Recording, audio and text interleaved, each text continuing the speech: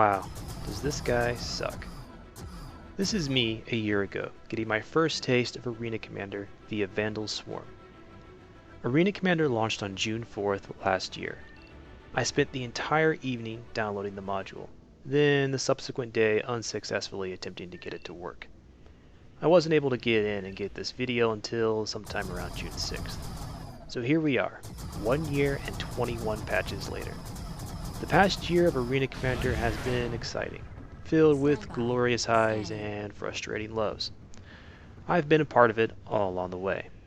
This is the first part of my 1-year review series. In this video, I'm going to introduce myself and go over some key moments for Arena Commander over the past year. I'm going to tailor my subsequent reviews to certain key topics such as the flight model, the ship balance, the weapon balance, community engagement, and input balance. I'll let you know when AC was at its best and when it was at its worst. So, who the hell am I to talk about Arena Commander? Well, the easiest answer is, I am Bayor of Red, and I'm somebody who plays Arena Commander a lot. Like, a whole lot. For the last year, Arena Commander has been my primary game. I've played approximately 400 hours of just multiplayer, including 120 hours of Battle Royale, 215 hours of Squadron Battle, 45 hours of Capture the Core, 17 hours of Vandal Swarm Co-op, and about 9 hours of racing. That's only counting since the release of the leaderboards too, a full 3 months after I recorded this flight. My position on the leaderboards isn't super important to me, but among the 8 patches on record, I have 9 top 25 finishes in the various game modes. So, where else can I start but the beginning? And as we go along, I will divide up the various patches into major series and milestones. Let's start with the first release series, or what is collectively known as 0.8.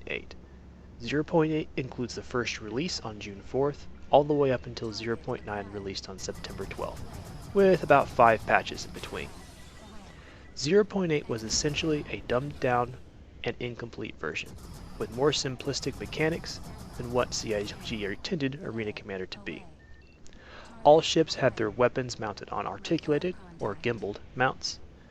Once an enemy ship was within the aim reticle, a green diamond would form that indicated a firing solution, and the articulated guns would automatically leave the target by the appropriate amount. Ships were a bit more drifty, and one was only able to strafe while using unassisted or decoupled flight, which most pilots ignored. All of this combined to make ships relatively easy to hit and the time to kill very, very short. For the duration of 0.8, I used the Aurora MR Trainer, and varied between relative mouse controls and default manual aim controls. Although there were no leaderboards, I tracked my KDR manually and finished somewhere around 1.7. I found the manual aiming made targeting easier, but ruined control due to the large dead zone, which many mouse pilots initially didn't care for.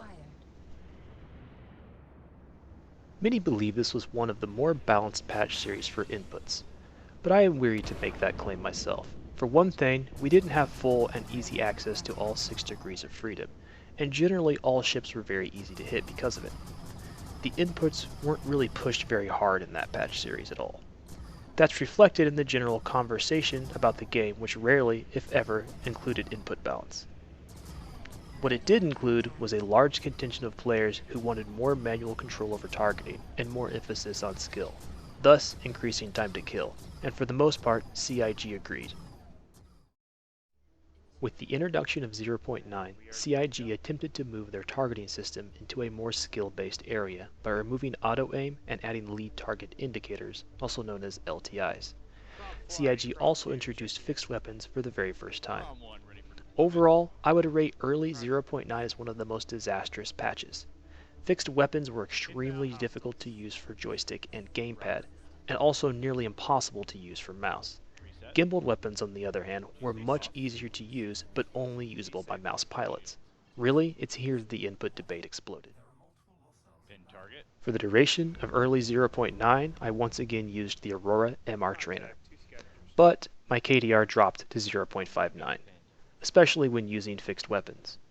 Later, I switched to gimbals, and I enjoyed a modest 1.25 KDR. and that kind of illustrates the difference. 0.9 also introduced the racing ships for the first time, and overall ship maneuverability went up considerably. The M50 was the dominant combat ship, benefiting from difficult targeting and bad predictability of the LTIs, making the ship basically immortal in battle. CIG quickly recognized the flawed system and began to work on a multifaceted solution for later 0.9 patches. The solution to the targeting woes would be introduced in patch 0.9.2.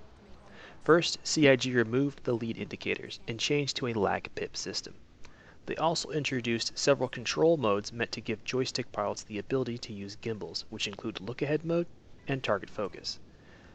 The other major feature introduced was ESP, or Enhanced Stick Precision, which dampened thruster inputs when your pip was close to a targeted enemy. I would rate this patch, especially 0.9.2 itself, as one of the best patches CIG has put out. For the duration of the patch, I continued my use of the Aurora MR trainer, but switched exclusively to using fixed guns, using mouse VJoy or gimbal lock. The controls felt smooth, and ESP made it easy for me to get on and track targets. I was able to take on mouse gimbaled Hornets using my fixed weapon setup. My KDR in the Aurora was around 1.4, or about the same as if I was using gimbals in the previous patch. The M50 was still the dominant combat ship due to being very difficult to hit and various weapon imbalances, which included a too powerful longsword and the ability to mount large Omniski 6 weapons via a bug. Controller balance was at its best on record in this patch, although as they further tweaked ESP, aiming with fixed weapons became more and more challenging. Sometime just before Christmas, CIG released its most extensive patch to date, version 1.0, which added lots of ship variants and a myriad of new ships including the Mustang series, the Cutlass, and the Avenger. The patch was a complete disaster. Rushed out before Christmas, the patch was so unstable that the servers initially had to be reset every hour, and CIG staff had to work through the holidays to correct it. In addition, the patch featured a major weapon imbalance, where missiles could no longer be countermeasured and did enough damage to destroy a ship with just a volley of them. The issues would take over a month to fix. Starting with the fix, at 1.0.1, there was an intriguing sequence of patches worth talking about. Ship balance was at its best in this sequence, with dominant ace-level performance achievable by many different ships. The top 25 featured the 325A, the Aurora Legionnaire, the Super Hornet, the Avenger, the 315P, the Cutlass, the 350R, the Mustang Delta and Beta, and the M50. However, input balance took a bit of a dive as players discovered the lead indicators had been put back in the game, and ESP wasn't up to its old standard. For the duration of this patch series, I used the Avenger.